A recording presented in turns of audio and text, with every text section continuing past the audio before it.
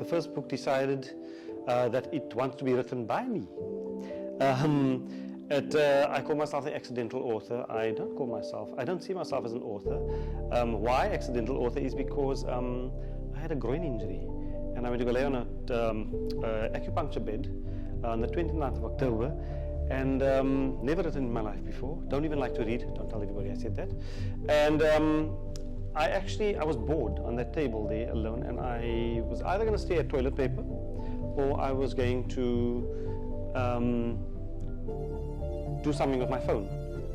On that day I decided to write stories, and I posted it on social media. I got a great response, and 10 days later I wrote 7 stories. Look at your book and people have been, I know people that have been to 10 published them. Okay, once I started writing the book, I then decided, you know what? Why not tell the stories about how I grew up in the 70s and 80s? Yes, I am that old, thank you very much. People tell their stories, but I just felt like our culture needed to be a little bit more out there. And what I've done is I then incorporated my craziness and I had a crazy life, those stories, and added a little bit of our culture, and you put the two together, a little bit of masala on the side, and then you get a lekker story. And apparently my stories are lekker. Yes, and that's why I did it. I just wanted people to know how a colored kid grew up in those years in Mitchell's Plain, Bridgetown area, and those burbs. Yes. I want to encourage, we have such a poor reading culture in this country.